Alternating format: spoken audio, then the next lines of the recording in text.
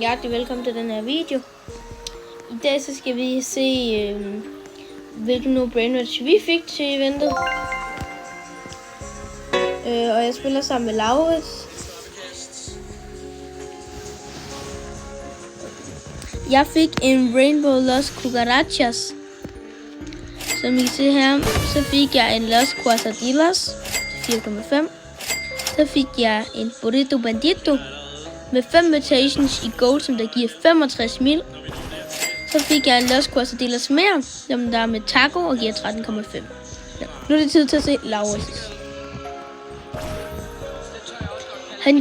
Han fik en Giftini Spiderini, en Los Noma Hotspot Citos, en Gurideri Digitale, jeg kan ikke rigtig finde ud af at udtale det, til 5,5 med 2 mutations.